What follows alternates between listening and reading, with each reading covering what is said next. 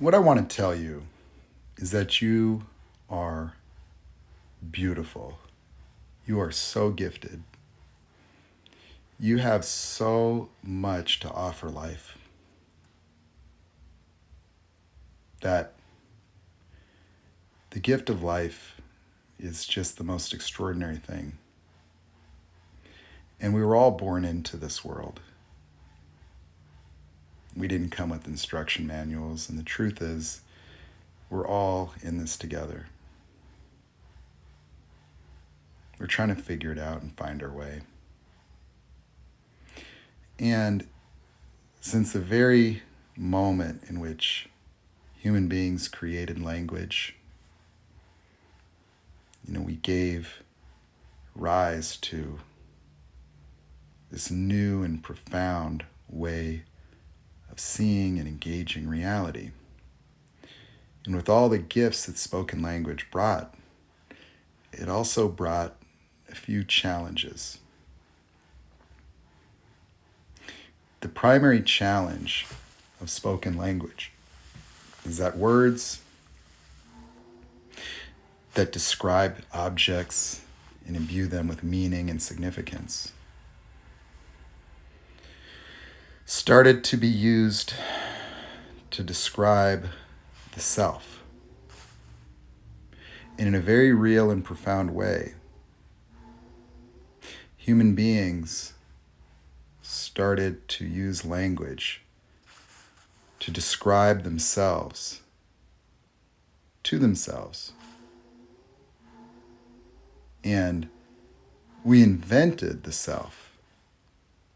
The self really distinct from the experience of living, that prior to our ability to, in language, identify ourselves and imbue ourselves with characteristics and traits and identities,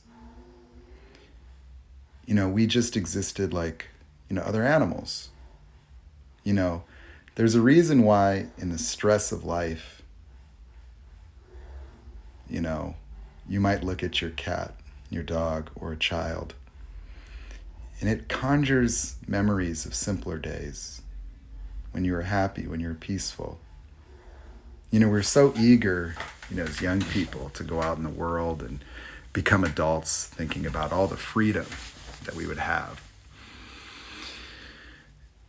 And don't you just look at children, look at your dog and cat.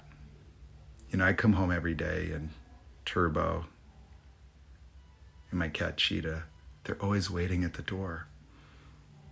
In fact, in a very real sense, they saved my life. But there was a time when I felt so broken, I left my house in tears because I didn't plan to return, because I was alone. My world was upside down. I couldn't understand how cruel this world could be, that all the people that I had come to know and love, how they could hurt me, how they could sabotage me over and over, how they could deny me who I was, that they could never understand that the things that I created, the thoughts that I had for them, the respect and the love, my desire to include them, how would that be the basis of my perpetual destruction and suffering? And I thought about my dog and my cat. I thought about them waiting for me. I thought about my mom having to explain to my nieces where Uncle Nate is.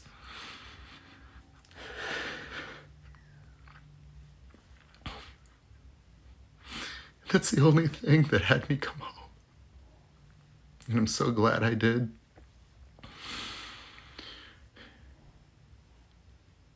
And I decided that, I was too broken to continue. I could no longer be this person trying to make it. That everything that I had dedicated myself to was just an effort to prove myself, to show the world that I existed, that I was a good person, that I could create. And then I realized none of that was who I was, that I was just a lost 7-year-old boy, still trying to get my 80-year-old dad to be proud of me so he could be proud of himself. That I was trying to be the best brother so I can wake my brother up. I was trying to be a son to make my mother have happiness that I could see she couldn't. That I would stay in a relationship, not for me, but for them. That they needed me.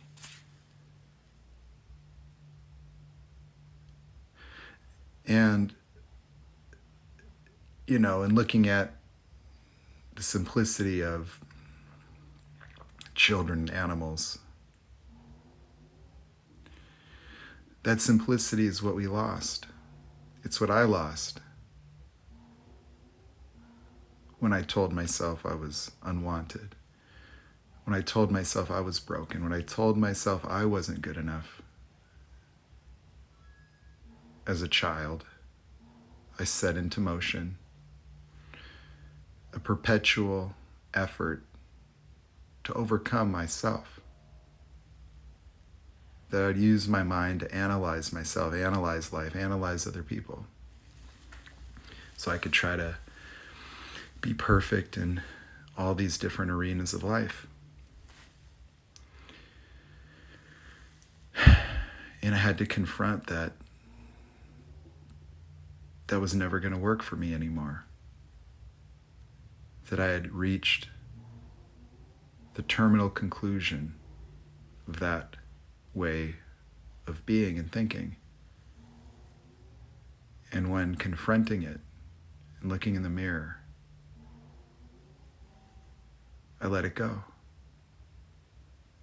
I said to myself, I give up the right to have the complaint that I'm not good enough in my life forever. I give up the right to have the complaint that I'm broken. I give up the right to have the complaint that there's something wrong with me. And like I did in many times in my life, I found myself back. I found myself home. I found myself being present to nothing, to everything. And in that space of everything and nothing,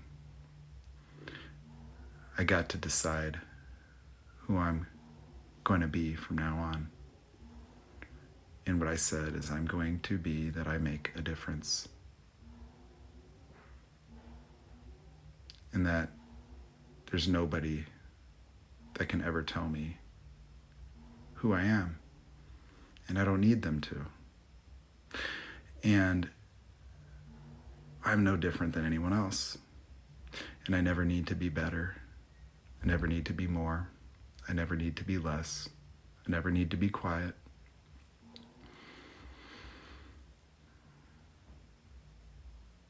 That all I need to be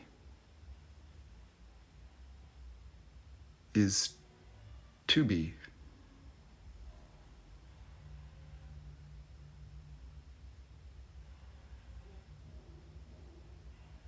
And if I can just live my life knowing there's nothing wrong, and there's nothing wrong here, and that there aren't broken people, and there aren't people that have something wrong, and there aren't people that are not good enough.